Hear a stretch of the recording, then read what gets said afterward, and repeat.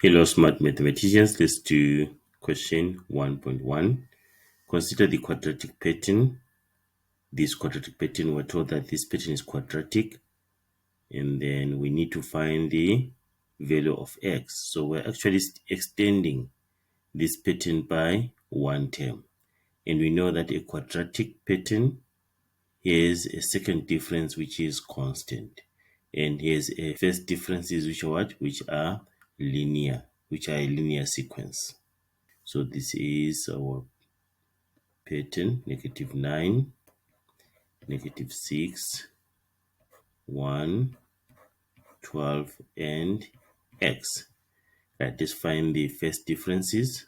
So we say -6 minus -9. It's like -6 plus 9, which is 3. Then 1 minus -6 is like 1 plus 6, which is 7. 12 minus 1 is 11.